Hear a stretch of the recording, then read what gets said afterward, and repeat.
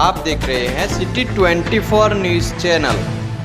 બનાસકાંઠા જિલ્લાના ડીસા તાલુકાના તાલેપુરા ગ્રામજનો દ્વારા રેતીના ડમ્પરો બંધ કરાવવા બાબતે આજરોજ ડીસા તાલુકાના મામલતદાર અને નાયબ કલેક્ટરને આવેદનપત્ર આપીને રજૂઆત કરવામાં આવી।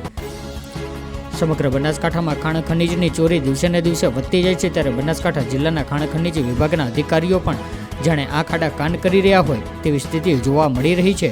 જ્યારે ડીસા તાલુકાના તાલેપુરા ગામ પાસે આવેલ ધાનપુરાથી થેરવાડા રોડ ઉપર પ્રાથમિક શાળા તેમજ મંદિરો આવેલા છે, જ્યાં કેટલીક રેતીની કોરીઓ કરવામાં આવેલી છે અને ત્યાંથી જ મોટા પ્રમાણમાં રેતીના ડમ્પરો પસાર થતા હોય છે।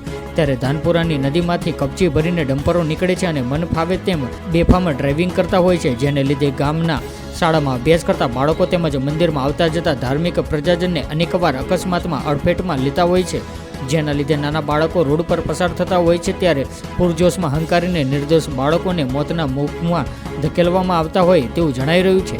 જ્યારે આ ગામમાં દૂધ મંડળીઓ અને દૂધ ભરવા આવતા ભાઈઓ બહેનો પૂરજોશથી ચાલતા ડમ્પરોને લીધે ખૂબ જ હાલાકી ભોગવી રહ્યા છે અને અકસ્માત થવાની સંભાવનાઓ સેવાઈ રહી છે। ત્યારે રોડ ઉપરથી મોટી રેતી ભરેલા ડમ્પરો પસાર થઈ રહ્યા છે, જેના ડ્રાઈવરો પણ જાણે પીધેલી હાલતમાં ચલાવતા હોય તેવું ડ્રાઇવિંગ કરી રહ્યા છે, જેને લીધે અનેકવાર અકસ્માત ઘટના બનતી હોય છે। જેના લીધે આજરોજ ગ્રામ લોકોએ ઉચ્ચ કક્ષાએ આવેદનપત્ર આપીને રજૂઆત કરવામાં આવી અને ગામના લોકોનું કહેવું છે કે આવનારા દિવસોમાં જો આ બાબત પર કોઈ પણ પગલાં નહીં ભરવામાં આવે તો ગ્રામજનો દ્વારા ઉગ્ર આંદોલન કરવાની ચીમકી પણ ઉચ્ચારવામાં આવી।